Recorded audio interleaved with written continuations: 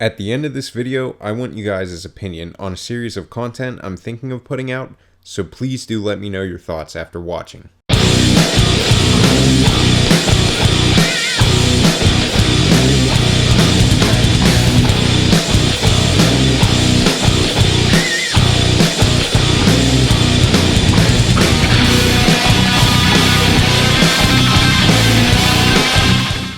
The Despot'S Thunderclap is a good horn, solid and easy to get the most out of it, but that's what keeps it out of the elite level of horns. It has a pretty low, reachable ceiling. Let's take a look at the stats and songs and break it down. Starting with one of the biggest issues I have with it, the raw of 1092. This is another horn that lacks an attack up. Capcom needs to realize that if a horn doesn't have an attack up song, they need to adjust the raw accordingly, or horns will slip into obscurity due to elite level status horns like Acidic Lavinus. Sharpness is decent with a chunk of white, but you're going to need to invest in about a solid 4 levels of handicraft to reach purple sharpness. Base affinity of 0%, which is kind of a bummer, but hey, at least it's not negative. A pretty good 450 thunder damage right off the jump, and a solid level 2 decoration slot to help flesh out your build. Jumping into the song set, we start with a very niche, but useful song in what it does to Diablos and Black Diablos, Sonic Waves. It's a nice trick to pull for when monsters go underground, but as we know, there's only so much use for that. Element attack boost up is pretty straightforward and helps you to push that good amount of thunder element even higher. Blight Negated might not be a preferred song, but I will say that one of the most annoying things for me is getting hit with Ice Blight or Water Blight and realizing I'm about to get stam locked after running for about 1.5 seconds. So on a personal note, I don't mind a song like this being on a horn.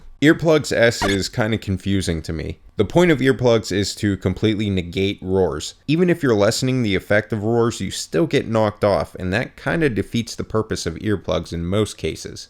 So when they went with giving you extension on the encore instead of large, I wonder what the reasoning was. On a more positive note, anytime a horn has a wave attack, I always approve, so having Dragon Wave on the list is awesome. This horn rocks, but it's not like a heavy metal rock, it's more like a calm alternative rock. I was hoping for a Slayer, slasher metal rock that punches you in the face. Instead, this is more of a Weezer. Solid, but don't expect any face melting. The fact that the raw is as low as it is, without any attack up songs, really holds it back. Like I said before, Capcom needs to adjust the numbers for these horns that lack attack up, or get creative and put new songs in the game, especially for unique horns like this. Stay with me on this one. So for this Zinogre horn, how awesome would it be to have a song that after you play it so many times, it improves your attack and your thunder element. And there could be 2 levels you could reach, just like Zinogre does when you fight him. Take out the element attack up song it has now, and then you truly feel like you have a unique horn. To be clear, this is by no means a bad horn, but it isn't a great one either.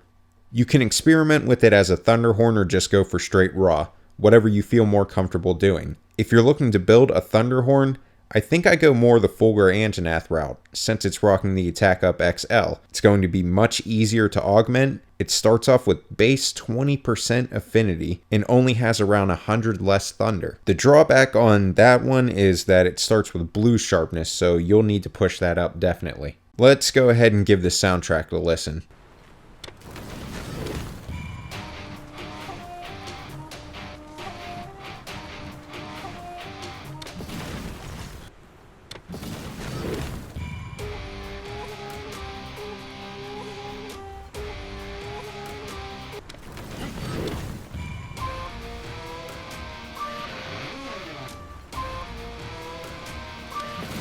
I myself am not too much of a fan. I like how they went with the unique route and played the guitar and Zinogre's theme, but I just think they didn't really need the other instruments included. If they just would have left it as the guitar, I would have loved it. Should you craft this horn? I would say yeah. Just off the looks alone, I would say yes. But as far as needing to craft this horn, probably not. It really is a solid horn, but it just doesn't have the potential or high ceiling that the elite level horns do. You can comfortably do any of the content in the game with it, so that in itself puts it onto the approved list of my horns to craft. Sorry I didn't get a video out over the weekend, but the Outer Worlds absolutely consumed my life this weekend, which leads me to something else. I had an idea of content that I'd like to make for you guys. I want to do a playthrough of the Outer Worlds with me voicing my character, whether it's an actual conversation or just out in the open world. I absolutely love the game and thought it would be a very cool way of bringing my character's story to you guys. Of course, the Iceborne content will be still going up just as often, but just with these spliced in between those videos. Let me know in the comments if that's something you guys would like, or even if you don't. I want to put stuff out that you guys enjoy, and if that wouldn't be something you'd enjoy, I definitely want to know. That's gonna be it for this one, guys, and thank you for hanging around till the end.